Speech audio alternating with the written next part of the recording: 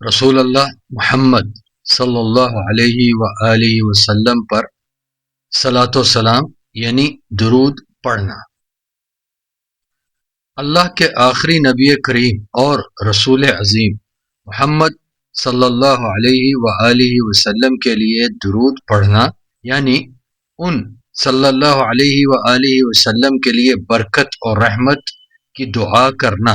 بڑا ہی اجر اور فائدے والا کام ہے، اور جو رسول اللہ صلی اللہ علیہ وآلہ وسلم کا ذکر کرتے اور سنتے ہوئے ان کے لیے رحمت اور برکت کی دعا نہیں کرتا وہ بہت ہی بدبخت ہے۔ اس کی بدبختی کے لیے اتنا ہی کافی ہے کہ رسول اللہ صلی اللہ علیہ وسلم نے فرمایا، ان البخیل من ذکرت عندہ فلم یصلی علیہ، جس کے سامنے میرا نام لیا جائے اور وہ مجھ پر درود نہ پڑھے وہ بخیل ہے۔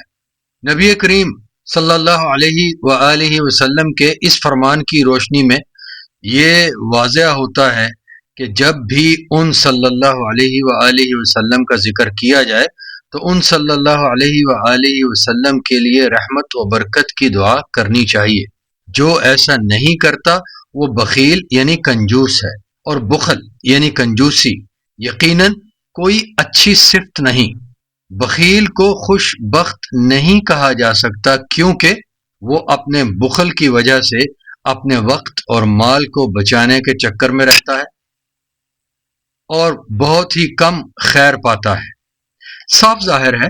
جو شخص اپنی اس کنجوسی کی وجہ سے رسول اللہ صلی اللہ علیہ وآلہ وسلم کے ذکر پر ان کے لیے رحمت کی دعا نہیں کرتا وہ اپنا دوہرا نقصان کرتا ہے۔ ایک تو اس کا یہ عمل وقت کا ضیاع ہے، کیوں کہ جو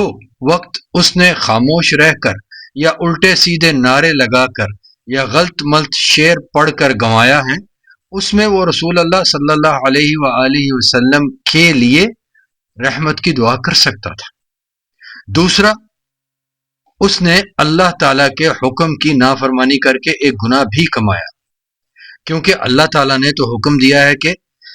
ان اللہ و ملائکتہ یصلون علی النبی یا ایھا الذین آمنوا صلوا علیہ وسلموا تسلیما، بے شک اللہ اور اس کے فرشتے نبی پر رحمت بھیجتے ہیں۔ اے لوگو جو ایمان لائے ہو نبی کے لیے رحمت کی دعا کرو اور مکمل طور پر اپنا آپ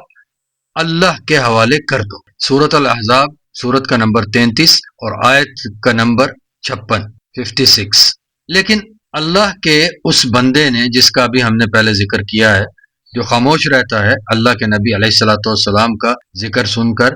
اللہ کے اس بندے نے اللہ کے اس حکم پر عمل نہیں کیا۔ اس کے علاوہ اگر ہم اپنے ارد گرد نظر دوڑائیں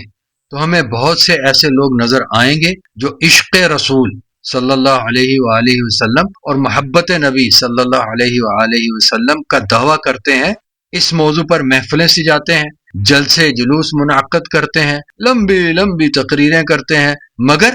ان ساری کاروائیوں میں شاید ہی کہیں رسول اللہ صلی اللہ علیہ وآلہ وسلم کے لیے رحمت اور برکت کی یہ دعا کی جاتی ہے۔ حضور حضور، آپ سرکار سرکار تو بہت زیادہ سنائی دیتا ہے، مگر صلی اللہ علیہ وآلہ وسلم بہت کم سنائی دیتا ہے۔ رسول اللہ صلی اللہ علیہ وآلہ وسلم پر صلاۃ و سلام عین عبادت ہے اور انتہائی اہم اور افضل عبادت ہے، لہذا اس سے متعلقہ مسائل و معاملات کو